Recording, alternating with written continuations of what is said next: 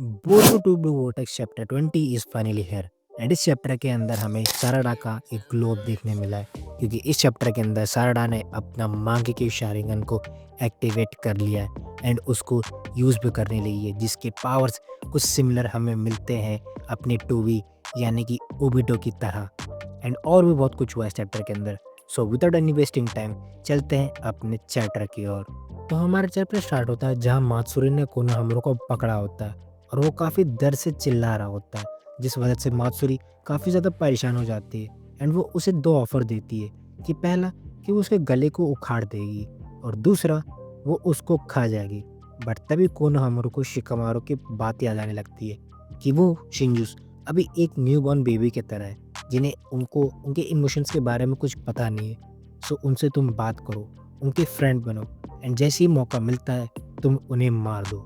And Konohamaru भी कुछ हद तक अब इस सिचुएशन को समझने लगता है एंड वो मात्सुरी को अपने बातों में उलझाना शुरू कर देता है, जैसे कि अगर तुमने मुझे मार दिया तो मैं तुमसे कभी बात नहीं कर पाऊंगा।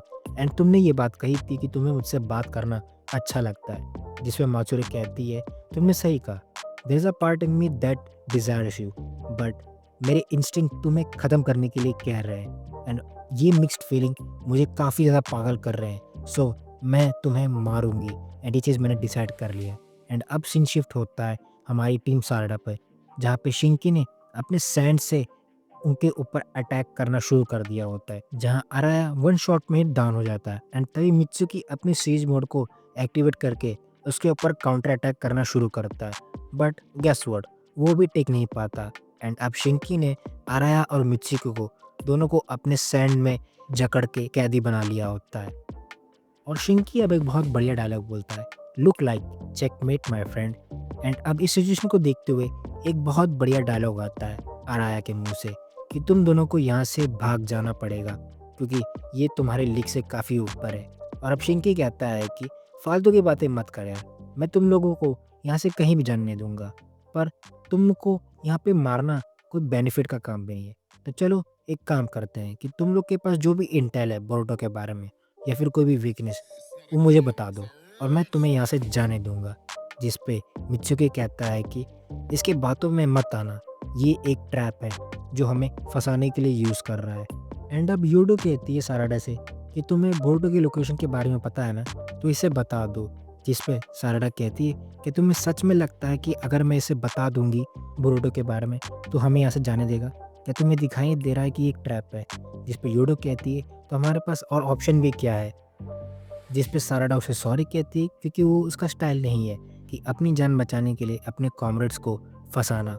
एंड वो ये भी कहती है कि उसके पास बोरुतो के बारे में कोई भी इंटेल नहीं है। एंड अब यूडो कहती है, मैं हमेशा सोचती थी कि तू हमेशा उस क्रिमिनल को डिफेंड क्यों करती है, बिकॉज तुझे हमेशा से ऐसा लगता है कि वो कुछ भी गलत नहीं कर सकता, even the whole world is against him, but तू ही एक ऐसी है शख्स होगी कि उसकी हमेशा सपोर्ट में रहेगी। एंड वो चीज़ मेरे केस में शिंकी है। एंड अब यूडो शिंकी को ऑफर देती है कि तू इन सभी को छोड़ दे, बदले में मैं तेरे अंडर आ जाऊंगी, बिकॉज उसके पास ऐसी पावर्स है जिस वजह से वो उनकी मदद कर सकती है बोरुतो को पता लगाने में। एंड अब सीन कट होता एंड हम आ जाते हैं कोनोहामारू के पास, जहाँ मात्सुरी के आंखों से आंसू आने लगते हैं, जिस पे वो बहुत ज़्यादा कंफ्यूज हो जाती है, क्योंकि ऐसा कुछ होना उसने कभी एक्सपेक्ट नहीं किया था, क्योंकि ये उसके इनर इमोशंस है जिसका फ़ायदा कोनोहामारू उठाता है कि तुम रो रही हो, इसका मतलब तुम मुझे मारना नहीं चाहती हो। एंड अब ये सब चीज़ जूरा भी देख रहा होता है, बिकॉज वो लोग कनेक्ट होते एक दूसरे से। और अब कोनोहामारू से कहता है कि मात्सुरी मेरी बात सुनो, अपने हाथों को मेरे हाथों में दे दो, क्योंकि इसी तरह से हम एक स्पेशल रिलेशनशिप स्टार्ट कर सकते हैं। एंड गेस व्हाट, वो ऐसे करने भी लग जाती है, because she have feelings for him. And जैसे ही सब कुछ बढ़िया चल ही रहा होता है, तभी कोनोहामारू तो डबल जाइंट रेसिंगन उसे पेल देता है। एंड अब ये सिचुएशन जूरा सभी को समझा रहा होता है, हिडारी और बाकी के जितने भी शिंजुस होते हैं उनको, कि ये सब प्यार की वजह से हुआ है, कि मात्सुरी उसे मार नहीं पा रही थी बिकॉज वो उसके लिए फील करती है। And same goes for Konohamaru, because of love वो उसे अपने पूरे हाथों से मार नहीं पाया एंड उसने अभी मौका गंवाया है, जिस वजह से वो अपनी जान से हाथ धो बैठेगा। एंड ये सब चीज़ हुआ है एक प्योर इमोशन की वजह से, जो कि दोनों एक दूसरे के लिए फील करते हैं। एंड अब सीन कट ऑफ होता है एंड हम आते हैं योडो के पास, जहाँ शिंके ने उसको अपने आयरन सैंड की वजह से स्टैप कर दिया होता है, बिकॉज वो उसको काफ़ी ज़्यादा अनोइंग लग रही होती है। एंड अब योडो साराडा को कहती है कि तुम्हें अपने बारे में बिल्कुल भी नहीं पता, जिस पे साराडा कुछ समझ नहीं पाती है, जिस पे वो क्लियरिफाई करती है कि वो उसके पावर्स के बारे में बात कर रही है, जहाँ वो आगे कहती है पता नहीं क्यों पर तू इन सारे पावर्स को सप्रेस कर रही है अपने अंदर, but it is okay to use for someone who feel special in your life.